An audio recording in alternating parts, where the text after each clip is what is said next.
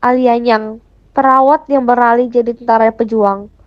Kemerdekaan Indonesia bukanlah sebuah peristiwa yang begitu saja terjadi.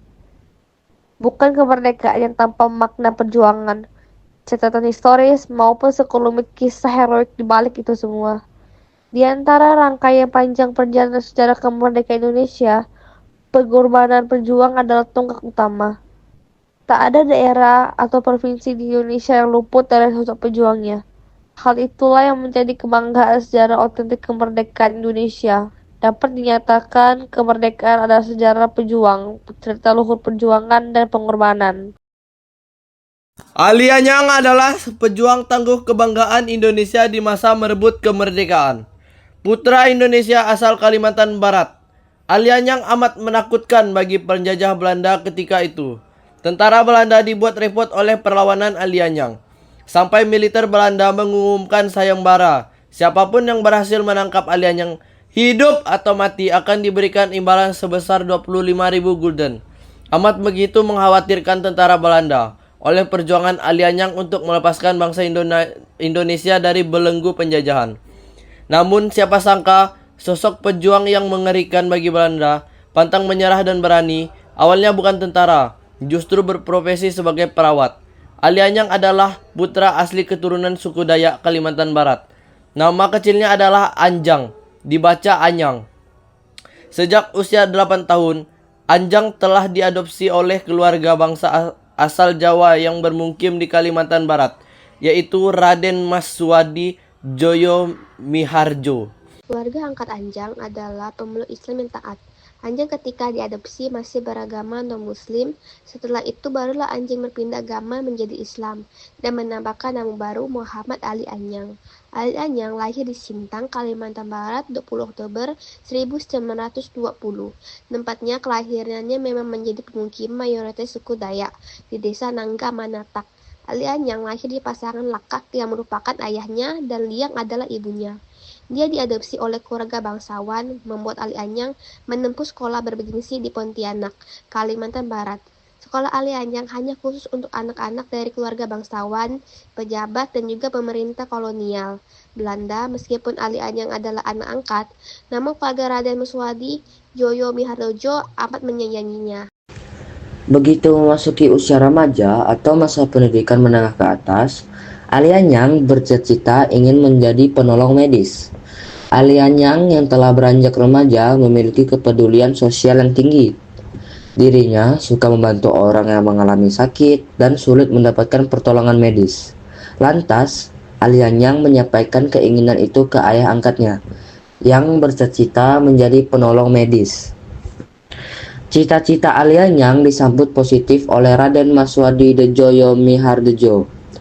Ali Anyang kemudian disekolahkan ayah angkatnya ke Sekolah Jururawat Medis di Semarang, Jawa Tengah. Sekolah Ali Anyang di Semarang adalah tempat pendidikan bergengsi yang ada pada saat itu. Tetap hanya anak bangsawan dan pemerintah Belanda yang boleh belajar di situ. Setelah lulus sekolah jururawat dan resmi menjadi perawat medis, Ali Anyang sempat bekerja di Rumah Sakit Umum Semarang dan sempat bekerja di Rumah Sakit Umum Sungai Jawi, Pontianak. Namun, ketika masa bekerja sebagai perawat medis di Pontianak, inilah semangat pergolakan Ali Anyang untuk melawan kolonialis Belanda muncul. Ali Anyang terlibat aktif dalam pembentukan Panitia Penyongsong Republik Indonesia yang disingkat dengan PPRI. Organisasi yang didirikan oleh para pemuda di seluruh tanah air untuk menyambut dan menjaga kemerdekaan Republik Indonesia.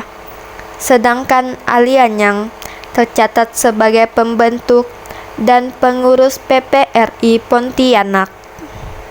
Perlawanan Ali Anyang pertama kali bersama PPRI Pontianak saat menggempur markas dan gudang peluru Belanda pada 12 November 1945.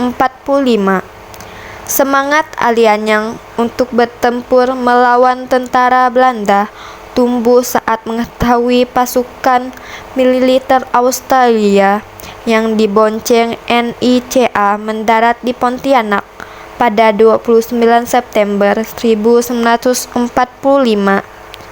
dan langsung mengambil alih kekuasaan di Kalimantan Barat. Belanda dan sekutunya mengkhianati kemerdekaan Indonesia yang telah diproklamasikan. Ali Anyang yang perawat media telah berubah menjadi pejuang kemerdekaan nan hebat serta pantang menyerah. Jiwa tempur melawan penjajah Ali Anyang makin bertambah ketika didaulat sebagai komandan pasukan Barisan Pemberontakan Republik Indonesia yang disingkat dengan BPRI Kalimantan Barat. Selanjutnya, Ali Anyang mendirikan Barisan Pemberontakan di Indonesia yang disebut dengan BPI Kalimantan Barat. Saat memimpin pasukan pejuang, Ali Anyang ditugaskan melakukan serangan ke tentara Belanda dan sekutunya di wilayah Pontianak, Mempawah, Singkawang, Sambas, dan Bengkayang. Ketika pertempuran di Bengkayang, Ali Anyang berhasil mengejutkan tentara Belanda sebab menyerang secara mendadak. Markas tentara Belanda di Bengkayang luluh lantak. Hebatnya, Ali Anyang mampu mengibarkan bendera merah putih di seluruh Bengkayang serta menyanyikan lagu Indonesia Raya.